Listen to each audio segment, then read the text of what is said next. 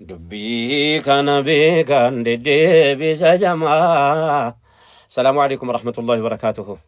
أم نندي بي فيديو لما فا قوياتي قاتكالي لما اللي ورابين بيكو ونندي بي في كومي أدى تجرى كومين كوني channelي سبب channelي كوتي كوبي رايتي آمنا مني أول كابتي وان توكو جرى إجول أن channelي كان كو أكاونتي ساتوكو فركان كاب مبيكو إيميلي كو أن مبيكو maaligaa yuutuubii ani hin beeku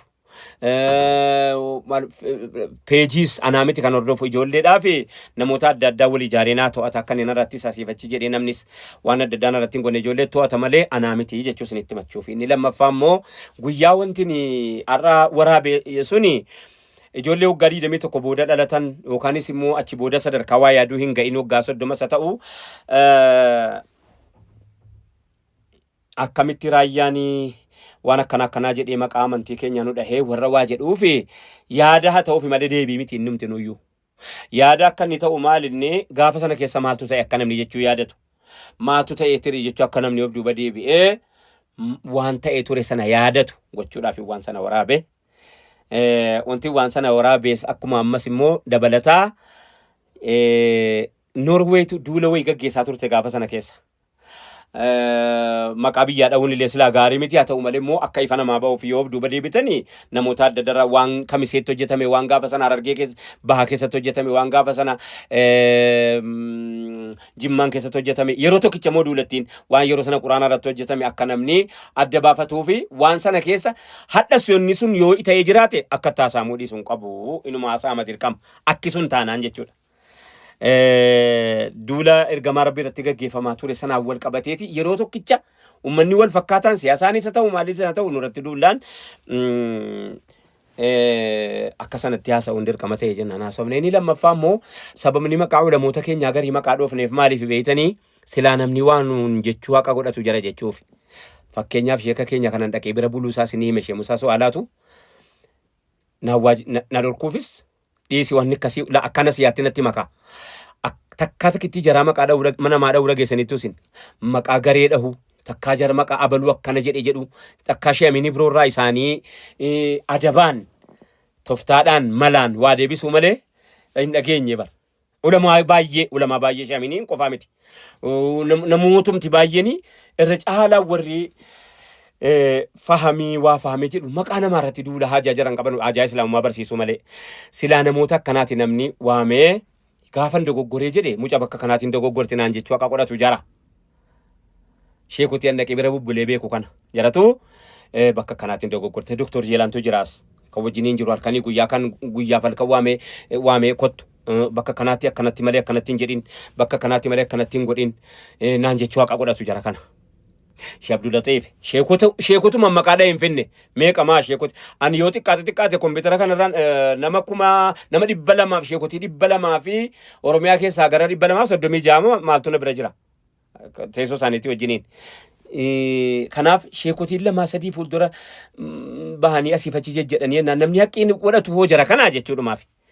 Inni kaanis haqqiin qabu jechuuf miti adabaan hin deemin jechuuf malee adabni isaa inni akka nasihaa islaamaatti yoo dhuguma rabbiif jecha ta'e akka nasihaa islaamaatti ilaamee nashiidaan akkanatti malee akkanatti hin jedhamu hammana malee hammanni hin jedhamu daangaan rabbi asitti dhaabata akkanatti malee kanan dabarfatiin kanan dhiisin kanan hojjetiin kanan dhiisinis laa ta'e wallahi waa tole wajjin waan tokko kaddamna akka mana tokko ijaarra namni mana tokko ijaaru moo citaa waliin saamuu jedhama.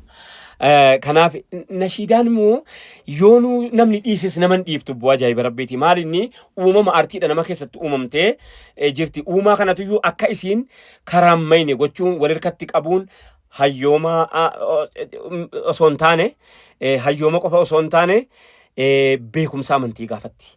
Kanaaf beekaarraan fagaannu nu kanaaf du'aatarraan fagaannu nu du'aata hedduu dhaan wajjiniin jirraa hin gaafanna bakka kanatti dogoggoree laata waan barreessinee isinii dhiyeessinu gizee meeqa barreessina seetan wallahi rabbumaa qofa beeka hedduu barreessinee kaanee kaan abbaasaa guurree shakkinee ilmi itti barbaannee beekaa itti barbaannee yoo isiin galmanuu dha'uu dhiifte fuunee kan marree abbaasaa lafa keenya malee gad hin baafu. Kanaafi waajjiraaf osoo hin taane namatu lamatti bahee yookaan sadiitti bahee adda baheef osoo hin taane jiraatullee manatti ol gallee wal dhaannanna yoo dhukkuba qabaanne mana tolgalle wal dhaallanna. Kanaafi ulamoota garii namoota akka kanatti taa'ee uummata darasaa barsiisaa jirutu anaaf akka sheekotii amma qaadha'ee kanatu na waamee kottu naan jedhees nasihaanaa gochuu haqa godhata malee abbumti barbaade ka'ee fuulduree jiraadhaaf jennaanii akkamitti isaa ta'a akka islaamaatti jennaanii moo'eenyuun irraa iyyuu nan fudhadhala. Islaamummaan akkana jedha ati immoo akkana jette isumaayyuu immoo miidiyaatti achi dubbatame malee anatti miti kan dubbatame. Inni isaanitti taasise yookaan namoota tokko taasise miidiyaa miti baraana. Ana miti ni mulaahabaata yookaanis immoo wanni jiru yoo ana ta'e ana waamanii na rukutachuu haqa qabu. Lafa na godhatanii narra deemuu haqa qabu. Anatu jedhee beeka. Mirga isaaniiti. Maadaam maaliif jennaan ana sababa kan koo diiniin hin badu abadan. Rabbiin kan koo hirkoodha inshaallah. Rabbiin hirkoonaa ta'a. Ittiin jedhee Rabbiin irratti walii gallaan barseera rakkoon tokko iyyuu hin jiru. Inni kan maayyii moo inni hin barbaadu. Islaamummaa qofitti barsiifnaanoo hin ga'a. Maqaa garee maqaa kana maaltu fide. Islaamummaa qofitti isa haqiiqaa isa dhugaa sana qofitti ta'anii barsiifnaan maabaraa miti innoo afaan keenyas noo walii galla manni keenya immoo bal'aadha. Manni keenya bal'aadha bar nama hunda ol galcha. Sababni nu gaafa keenya dheeressinee hulaa keenya dhiphifnee deemnuuf maalinni jechuudhumaaf hanga sana dubbadhee malee waa jiraannaanii miti jechuudhumaaf namatu keessaa fottokfatee fudhatee asiif achi baafi dubbiitu adda namaan baane fan adda namaa baasuufani salaamullahi alaykum wa rahmatuhu minhu wa barakaatuhu.